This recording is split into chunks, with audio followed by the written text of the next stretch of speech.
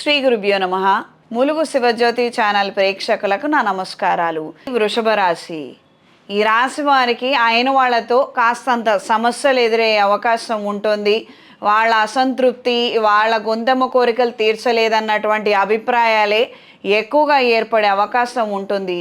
మీరు ఎంత కష్టపడుతున్నారు, మీరు ఎంత చాకిరీ చేస్తున్నారు, మీరు ఎంత ఆలోచించి కుటుంబం కోసం ఆహర్నిశలు శ్రమిస్తున్నారన్నది మాత్రము ఎవ్వరూ గుర్తించరు. ఎవ్వరికి అదేమీ అవసరం లేదు. కానీ ఆ సమయానికి వాళ్ళు అనుకున్నది మీరు ఇచ్చారా లేదా అన్నది మాత్రమే పరిగణనలోకి తీసుకోవడము, ఆ లెక్క కట్టి మాట్లాడే విషయ వ్యవహారాలలో మాత్రము తీవ్రమైనటువంటి అసంతృప్తిని మీరు ఎదుర్కొనే అవకాశం ఉంటుంది. ఘర్షణ పూరితమైనటువంటి వాతావరణం ఏర్పడవచ్చు.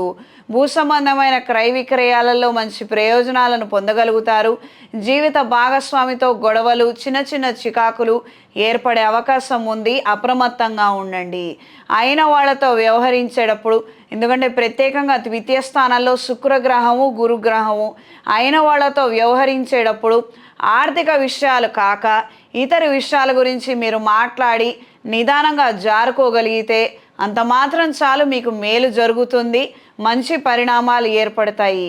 మీరు చేయలేనటువంటి ఆర్థిక సహాయానికి మాత్రము మీరు ప్రామిసెస్ కానీ మాట ఇవ్వటం కానీ జరిగితే మాత్రము మీరే చిక్కుల్లో చికాకుల్లో పడే అవకాశం ఉంటుంది. అప్రమత్తంగా ఉండండి. నూతన ఉద్యోగ ప్రయత్నాలు అనుకూలంగా ఉంటాయి. ద్వితీయ ప్రయత్నంలో మంచి అవకాశాన్ని పొందగలుగుతారు. కొత్త ప్రాజెక్ట్స్ కోసం చేసే ప్రయత్నాలు సానుకూలంగా ఉంటాయి. ఈ వారం పరిహారం. ఈ రాశిలో రవిగ్రహ సంచారము ఇంచుమించుగా 30 రోజుల పాటు ఉంటుంది. అంటే జూన్ 15 వరకు అనుకుందాము. ఈ డ్యూరేషన్లో ఈ నెల రోజుల పాటు 21 సూర్య నమస్కారాలను ఆచరించండి. ప్రతిరోజు సూర్యాష్టకం చదువుకోవడము, సూర్య నమస్కారాలు చేయడము.